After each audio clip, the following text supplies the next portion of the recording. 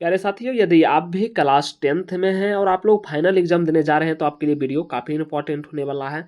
तो प्यारे साथियों, 17 फरवरी के दिन आप लोग का जो है हिंदी का पेपर होने जा रहा है। ठीक है, तो हिंदी का हम लोग जितना भी अभी सब्जेक्टिव लघुत्तरीय प्रश्न करवाएंगे, आप लोग को इससे बाहर एक भी प्रश्न देखने को नहीं मिलेगा। ठीक है, यदि आप लोग इतना कर लेते हैं तो प्यारे बच्चों, आप लोग विश्वास रखिए, आप लोग को इसी इसी वीडियो से आप लोगों को सारा क्वेश्चन फंस जाएगा। ठीक है, तो चलिए प्यारे बच्चों, यदि आप लोग चैनल पहली बार आए हैं तो चैनल को सब्सक्राइब कर लेंगे, वीडियो को लाइक करके अपने सभी साथियों के साथ शेयर जरूर कर देंगे। ठीक है, चलिए पहला क्वेश्चन आप लोग देख सकते हैं प्यारे बच्चों।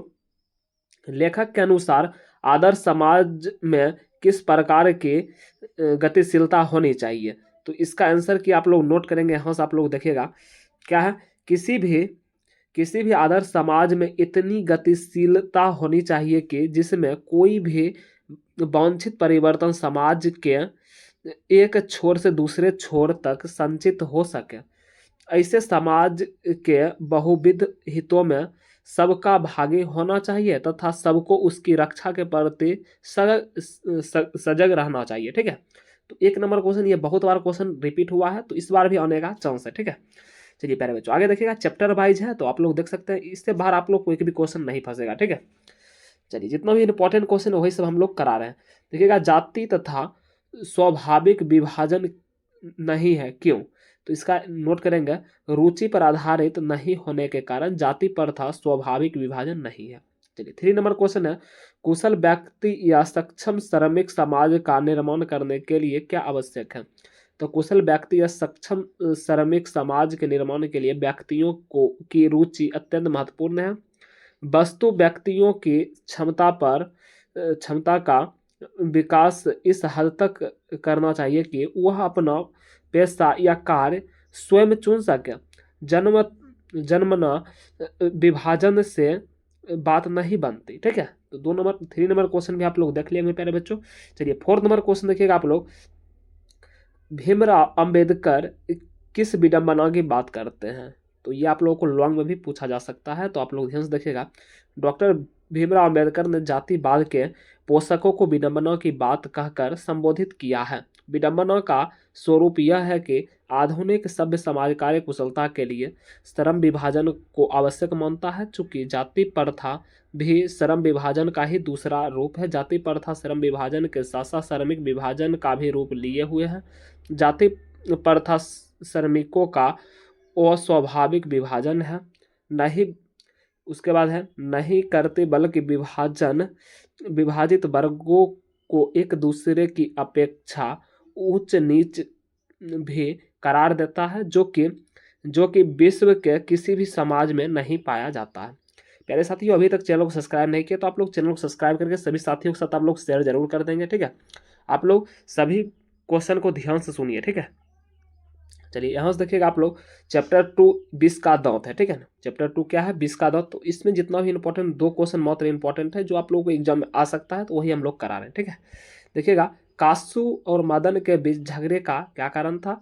इस प्रसंग द्वारा लेखक क्या दिखलाना चाहता है?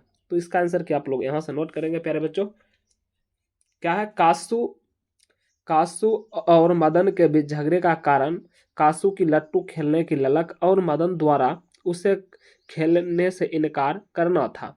इसके क्या है? लेखक इसके द्वारा बच्चों की ईर्ष्या और इनकार देखना चाहता है। ठीक है, चलिए 2 नंबर क्वेश्चन देखिएगा आप लोग, मदन हक्का बक्का क्यों रह गया? ठीक है, तो मदन अक्सर अपने बेटे पिता से पीटता था। ठीक है, किंतु जब पिता ने उसे अपने हाथों से प्यार से उठा लिया तो पिता के इस स्वभाव पर परिवर्तन पर वह हक्का बक्का हो गया। ठीक है, चलिए आगे देखिएगा आप लोग, भारत से हम क्या सीखे? इसमें मात्र मैं आप लोग को एक ही क्वेश्चन कराऊंगा। ठीक है, तो यहाँ से नोट करेंगे, पहला क्वेश्चन है, धर्म की दृष्टि से भारत का क्या महत्व है? भारत से हम क्या सीखे? पाठ के आधार पर बताइए। ठीक है, तो इसका आंसर क्या आप लोग देखिएगा प्यारे बच्चों, क्या है? धर्म की दृष्टि से अत्यंत महत्वपूर्ण इसलिए है कि धर्म के उद्भव और उसके नष्ट होने वाले रूप का प्रत्यक्ष ज्ञान यहाँ होती है। यह वैदिक धर्म, बौद्ध धर्म, और जैन धर्म की जन्मभूमि है, तो इस्लाम और ईसाई धर्म की शरणार्थी भी है। यहाँ विभिन्न धर्मावलंबी सदियों से हिलमिल कर रहे हैं। मतांतर यहाँ प्रकट और विकसित होते हैं। नाखून क्यों बढ़ते हैं, अगला चैप्टर देखिएगा। इसमें पहला क्वेश्चन है, बढ़ते नाखून द्वारा प्रकृति मनुष्य को क्या याद दिलाती है। तो इसका आंसर क्या आप लोग यहाँ से नोट करेंगे प्यारे बच्चों, नाखूनों का बढ़ना पाशविक वृत्ति मनुष्य की सहजीवित है। यह मनुष्य को हमेशा याद दिलाती है कि तुम सभ्य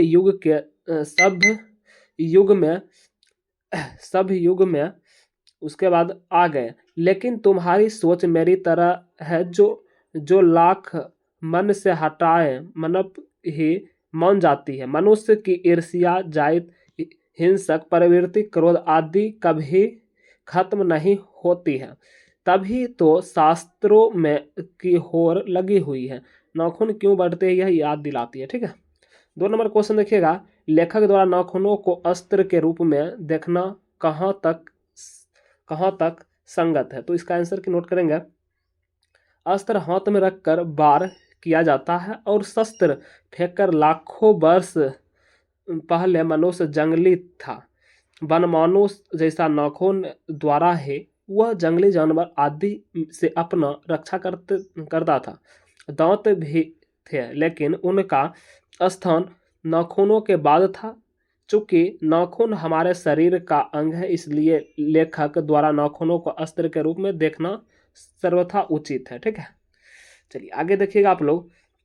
इसका पीडीएफ प्यारे बच्चों आप लोगों को डिस्क्रिप्शन में मेरा व्हाट्सएप ग्रुप है, टेलीग्राम ग्रुप है, जिसे ज्वाइन करके आप लोग पीडीएफ को प्राप्त कर सकते हैं। ठीक है, वो भी फ्री ऑफ कॉस्ट। ठीक है, तो इसका पूरा पीडीएफ मैं आप लोग को व्हाट्सएप ग्रुप पे डाल दूंगा। ठीक है, तो आप लोग चैनल को सब्सक्राइब करके आप लोग ले सकते हैं। ठीक है, आज के लिए इतना ही।